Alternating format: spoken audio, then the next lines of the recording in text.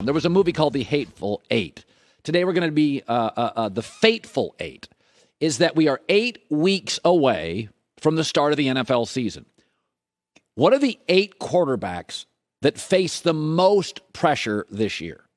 The 8 quarterbacks that face the most pressure. For instance, I'm not going to put Daniel Jones on the list.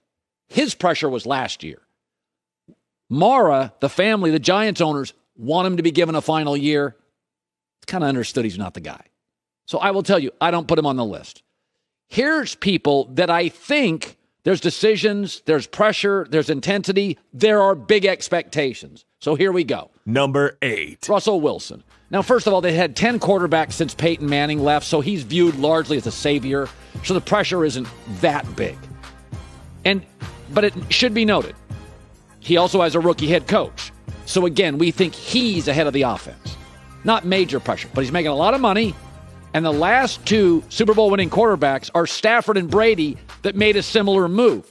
So we have a precedent, and those guys who are big stars went and immediately won and immediately were great and immediately won Super Bowls. So there's a little pressure, number 8, on Russell Wilson. Number 7. Ryan Tannehill. Listen, he's not the long-term answer, and he's the biggest cap hit in the year. In the NFL this year. He's a $38 million cap hit, highest in the league. So there's always going to be pressure when you're the highest cap hit. But he's 34. Nobody views him as sensational or the future. But I will say this. We think Vrabel's a good coach. They have a great front four. They have a dominating running back. And it's a bad division. The pressure for him is, dude, you got to get us to the playoffs. Because there's 25 guys in this league that could get this roster in this cruddy division to the playoffs. So I do think he faces that pressure. Not Super Bowl winning, but the coach, the back, the front, the roster's too good in that goofy division not to be a playoff team. Number 6. Kyler Murray. Listen, he's gotten better every year.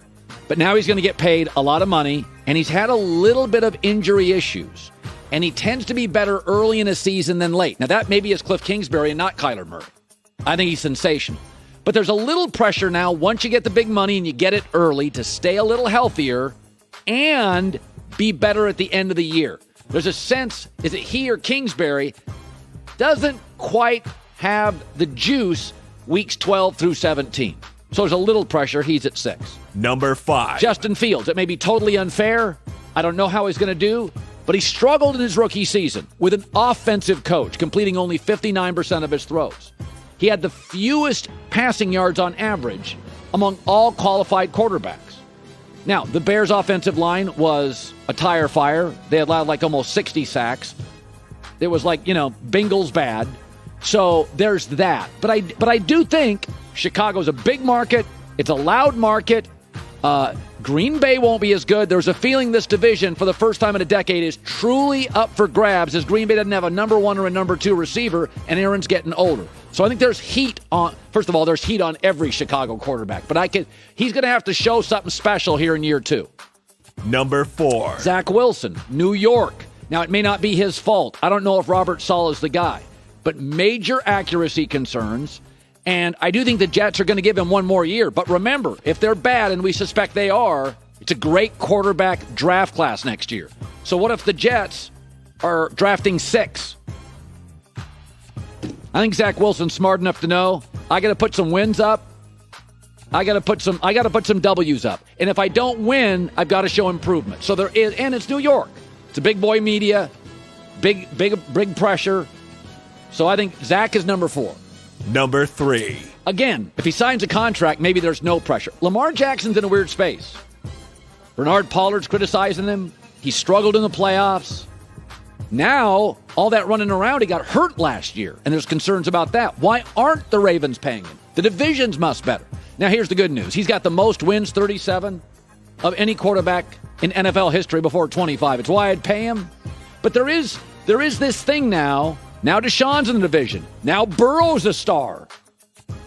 Okay, you can't be the 3rd best quarterback in your own division. That doesn't work. You got to be the 1st or the 2nd best. So there's a little pressure on him as Deshaun comes in and Burrow keeps building. He's got to go toe-to-toe with those guys. That's real pressure. Number 2. Carson Wentz. I like him way more than everybody else. But he's on his 3rd team in 3 years. Jim Irsay said it was a mistake to acquire him, which was brutal. He had 27 touchdown passes and 7 interceptions, and he was a mistake. I think, and I really do think Wentz has talent. I think he's got a little Sam Darnold where he's reckless. I think he's a really talented guy. I think he's a good guy. Is that once Nick Foles won that Super Bowl without him, it just kind of put him in that, wow, is he overpaid, and did we overdraft for him? There's pressure here, though. I mean, let's just say that they're no better than they were with Taylor Heineke. That's his last shot because he's just too expensive. Number 1. I think it's Tua. Folks, if you look at Miami's skill people, Tyreek Hill, Jalen Waddle, Cedric Wilson, Mike Gesicki, 2 capable backs, and an offensive head coach. And the Dolphins spent the second most money in the NFL in free agency.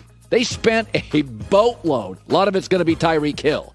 So I think the feeling now is he's also had little injury bug in college and the pros. So the question is now, we know there's quarterbacks in this league that could take Miami's offensive roster and win a lot of games. It is really exceptional. Their wide receiver group is outstanding. Can Tua be one of those guys?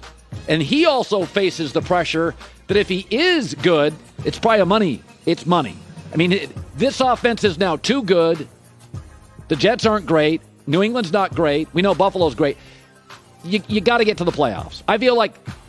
I think with this organization, it's a good quarterback class next year. He's got to get them sniffing the playoffs or into the playoffs. Maybe not even win a playoff game. But I think he faces the most pressure. The good news for Dolphin fans, my Hateful Eight, the good news for Dolphin fans is he handles the podium very well. He's not snarky. He laughs at the critics. He seems more than capable emotionally to handle it. Maybe that's the advantage of playing at Alabama. You got Nick Saban barking at you. That kind of pressure. He handles pressure really, really well. Some guys do. You know the one guy that didn't? He's now out of Cleveland. Hi, everybody. Thanks for watching. Subscribe here to get the latest from the show. Also, be sure to check out more of the best clips from The Herd or go watch a few segments from other shows on FS1.